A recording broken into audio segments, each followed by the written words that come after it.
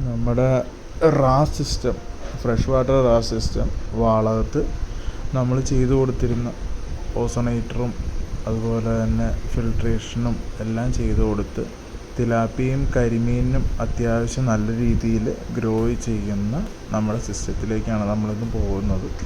നമുക്ക് ഇവിടെ കാണാവുന്ന ടാങ്കുകളിൽ തിലാപ്പിയുണ്ട്, ഈ ടാങ്കിൽ കരിമീനുണ്ട്. 2 മാസത്തെ ഗ്രോത്താണ് നമ്മളിപ്പോൾ കാണുന്നത്.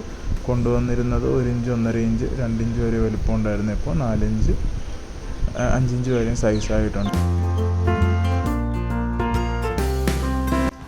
ഓക്സിജൻ കോൺസെൻട്രേറ്റർ, അതുപോലെ തന്നെ അതിനാവശ്യമായിട്ടുള്ള വയറിങ് കാര്യങ്ങളെല്ലാം നമ്മളവിടെ ചെയ്തിട്ടുണ്ട്. വെള്ളം ക്ലീനായിട്ട് ഓസോണേറ്റ് ചെയ്ത് വരുന്നത് നമുക്കിവിടെ കാണാം.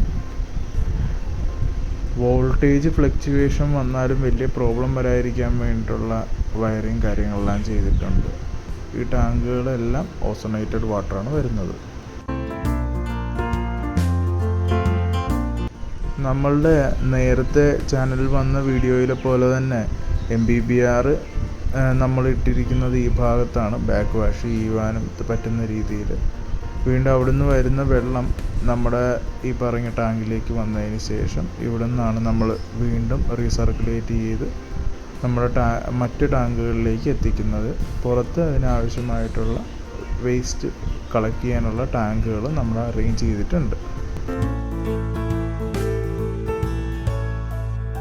അടുത്തതായിട്ട് നമ്മളിതിനാവശ്യമായിട്ടുള്ളൊരു ഓക്സിജൻ കോൺ എങ്ങനെ ഉണ്ടാക്കാം, അതായത് PVC പൈപ്പിൽ എങ്ങനെ ഉണ്ടാക്കാം എന്നാണ് നമ്മൾ നോക്കുന്നത്.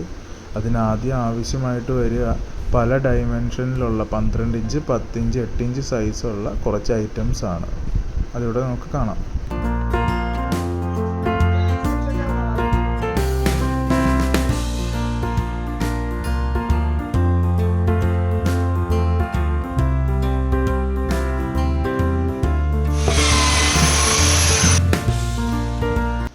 ടാങ്കിലെ കരിമീനിൻ്റെ വലിപ്പം നമുക്കിപ്പോൾ വ്യക്തമായിട്ട് കാണാം. മാത്രമല്ല ഓക്സിജൻ അല്ലെങ്കിൽ ഓസോണേറ്റ് ചെയ്ത വെള്ളത്തിൻ്റെ കളറ് ഒന്ന് നോക്കി ഏറ്റവും ബോട്ടത്തിൽ തൊട്ട് ഏറ്റവും മുകളിൽ വരെയുള്ള വെള്ളം സിസ്റ്റത്തിൽ ഇപ്പോൾ എത്ര ഡെൻസിറ്റി ഫിഷ് ഉണ്ടെങ്കിലും നമുക്കത് ക്ലീനായിട്ട് കാണാൻ പറ്റുന്നുണ്ട്.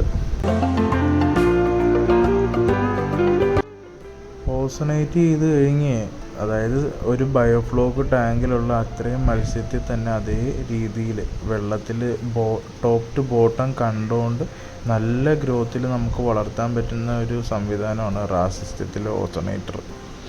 ഇത് നമ്മൾ നോക്കിക്കഴിഞ്ഞാൽ മത്സ്യത്തിൻ്റെ വളർച്ച, രോഗലക്ഷണങ്ങൾ, തീറ്റ എടുക്കുന്നുണ്ടോ, കാഷ്ടത്തിൻ്റെ അളവ് എല്ലാം കൃത്യമായിട്ട് അറിയാൻ പറ്റും.